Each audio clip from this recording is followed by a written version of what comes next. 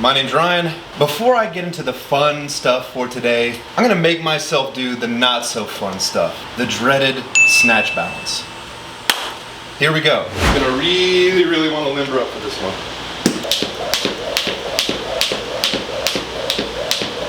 Absolutely love static stretching. Used to not be a fan of it, especially, what was it like, I don't know, 10, 15 years ago, when like, it was absolutely taboo to not stretch at all before a workout because it would decrease power. It's not something you have to worry about. I want to say those studies were done with like someone doing a static stretch for like 60 seconds, then almost immediately doing the next thing. I could be wrong. The next thing being like a powerful movement. It's like, yeah, of course that would decrease power output. If I did really anything physical, immediately followed by a powerful exercise, I'm probably going to be somewhat like acutely fatigued, you know? As long as there's plenty of time in between that interval, I think it's totally fine. And being limber and mobile and ready to accept the various positions you're going to get into is so much more ideal than trying to optimize power for like one particular exercise. Like, be ready to go, you know what I'm saying?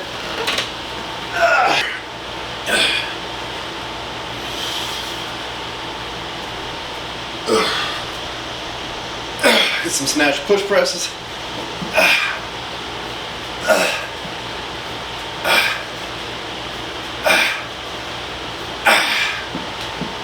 Need to be good getting down here. Woo, baby.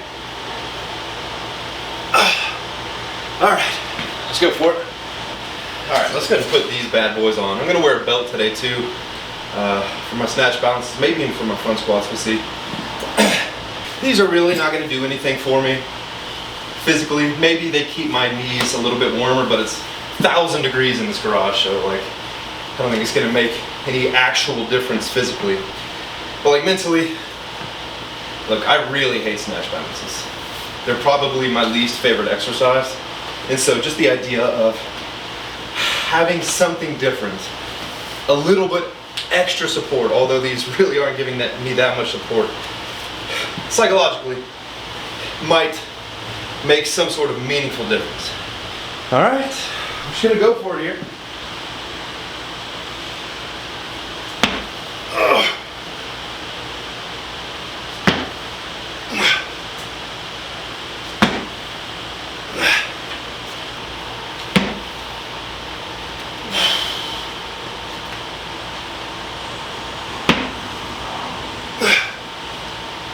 Just keep this train rolling. Less time you give yourself to think.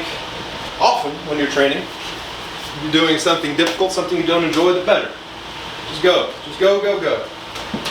The more time you have to think, the more time you have to rationalize to yourself, why am I doing this? I could be doing something else. Like playing Elden Ring. I'm struggling right now. I think I've spread my stats out a little too far. I need to specialize a little bit better, but what are you gonna do?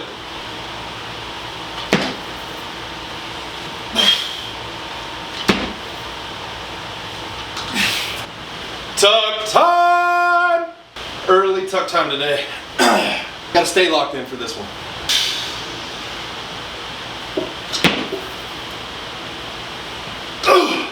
Why is this my least favorite exercise? Because it's awful.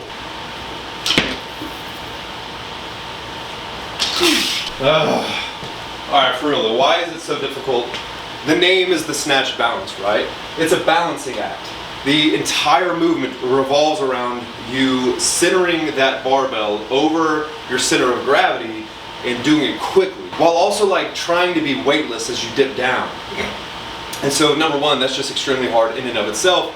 And then because the bar is going overhead, if that barbell gets out in front or behind your center of gravity, the magnitude of the weight is going to be amplified, like almost exponentially, right? It just becomes that much more difficult. Like in a squat, if you get a little bit forward or backwards, it's, you know, not that big of a deal. You can adjust on the fly. But here, if that happens, you're probably going to miss. So it just requires so much focus.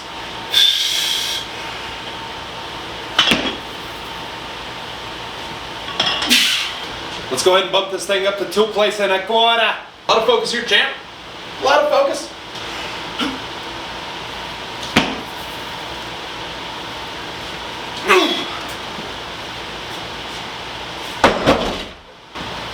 obviously the snatch balance serves a purpose, serves multiple purposes, and I'm not just doing this for the sake of doing snatch balances. That would be masochistic. Masochism? Am I saying that word correctly? I don't know. It's a really good feel for that third pull in the snatch or the clean when you're trying to get weightless and dip down underneath the bar quickly. It's not the same thing, but it allows you to feel a similar thing without having to get through the first and second pulls. If you're just getting started with weightlifting, your attention is mostly going to be on the first and second pull. Number one, because that's the beginning of the lift. And then number two, you don't have like the bandwidth of attention yet to be able to apply it to the entirety of the lift. And so like that third part, that third pull is going to be neglected a little bit for quite some time.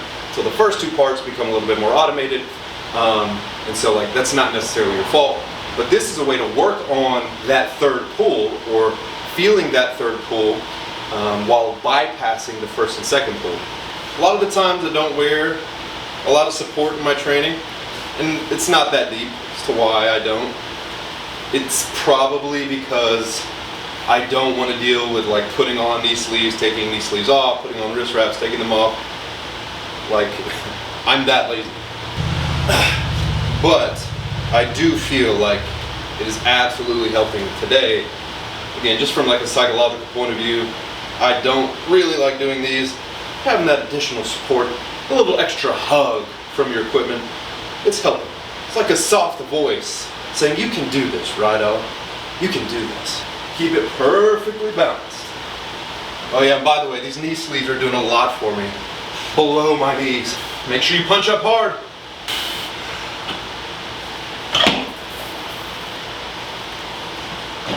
Okay, come on now.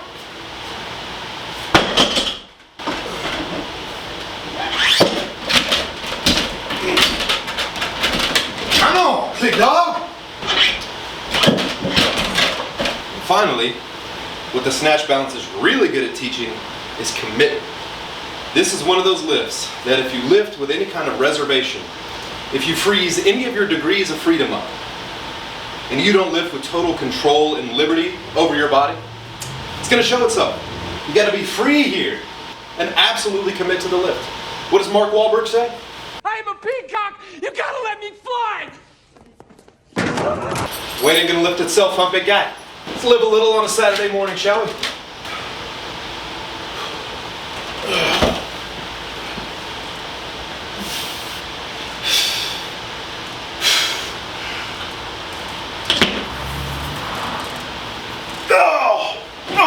Holy cow, that was ugly. Woo! Oh, little off balance there, but we got it done. Been a hot minute since I've done some snatch balances, so I'm proud of myself for getting through that. Because I'm not gonna lie, this lift gives me some anxiety for sure. And that's just a good sign of general physical preparation. I haven't done this in a while, but if I can nail 315 on any given day on a snatch balance, sheesh. Hey, I'm in some kind of shape, huh? Alright, I'm gonna make myself feel really cool. You ready?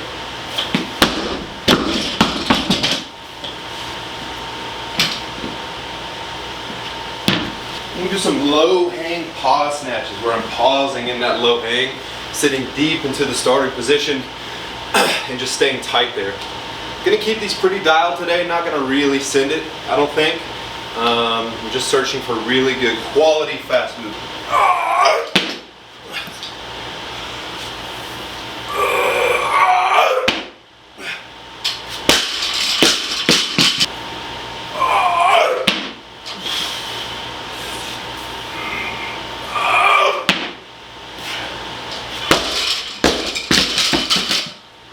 Alright, gonna count this as my first set here. We got 3 sets of 3. May go up, may not, just depending upon how this feels.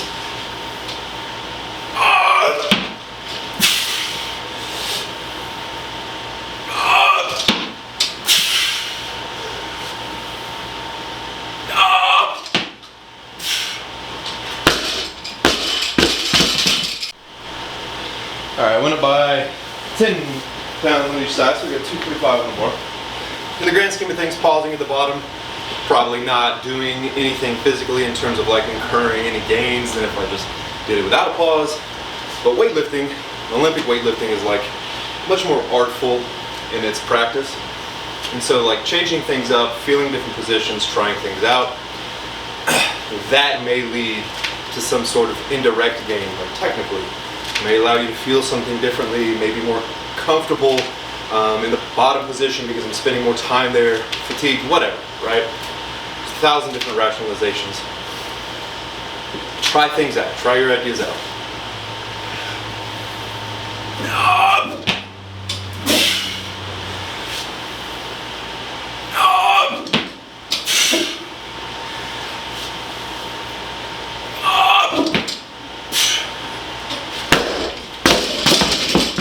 I'm gonna stay there for the last set. I feel pretty good. See if we can body that even more. 3 high quality reps right here. What am I thinking about? What am I thinking about? Being smooth in my catch. Extremely quick, balanced, and smooth when I catch. Here we go.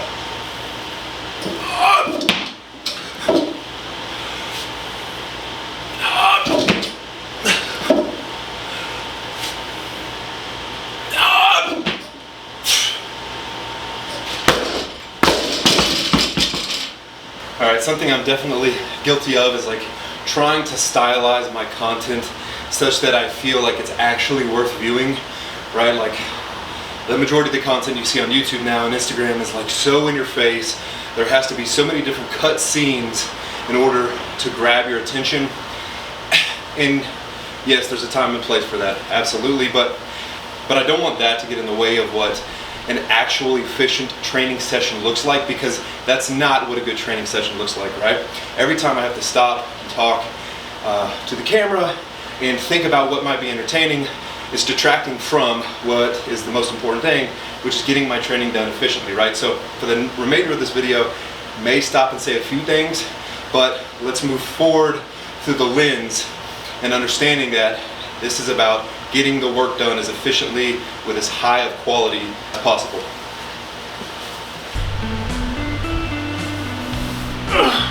Because ultimately, in the grand scheme of things, that's what it should be about, right?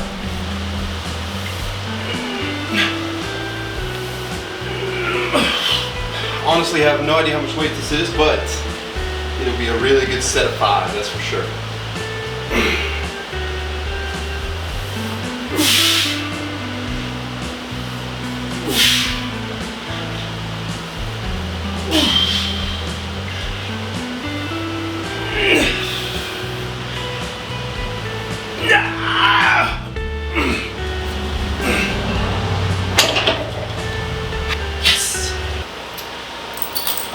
One of my favorite authors in the realm of training is James Smith. He's written Applied Sprint Training and The Governing Dynamics of Coaching.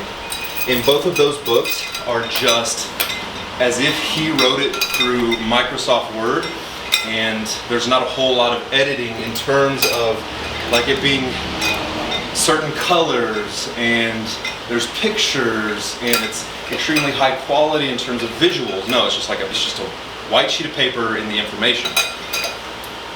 And in my opinion, if you're trying to deliver information to me, that's probably the best way to go about it. So yes, it's incumbent upon the author or the creator of the content to make sure that it's high quality, that there's some sort of editing to it, right, to a certain threshold, but at the same time it's also incumbent upon the observer and the audience to not need things beyond that threshold visually in order to pay attention to the content, because it's about the information. And information is best delivered as is in its bare bones form, in my opinion. Often when I'm taking notes on like a training book, I judge the quality of the book by how often I stop to take notes, and James Smith's books are probably the two books that I've stopped and taken notes on the most. So take that for what you will.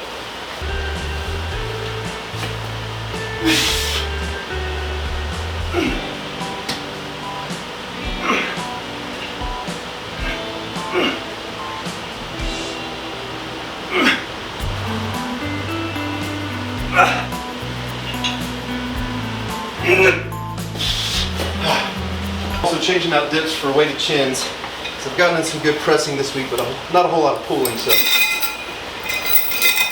that's why we made the switch there. Trying to ink out every bit of range of motion I can on these all the way down. Then getting into as much extension as I can at the top in my lower back, middle back, upper back, trying to get all those vertebrae to extend.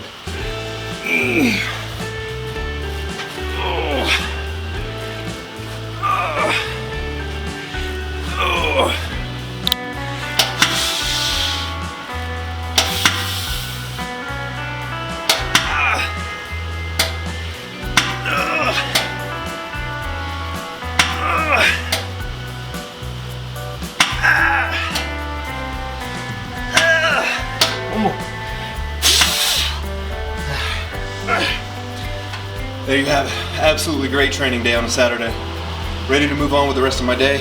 As the age of content creation accelerates into a pace that, we have never even seen before, hopefully the quality of information and the way that we deliver it doesn't become diluted.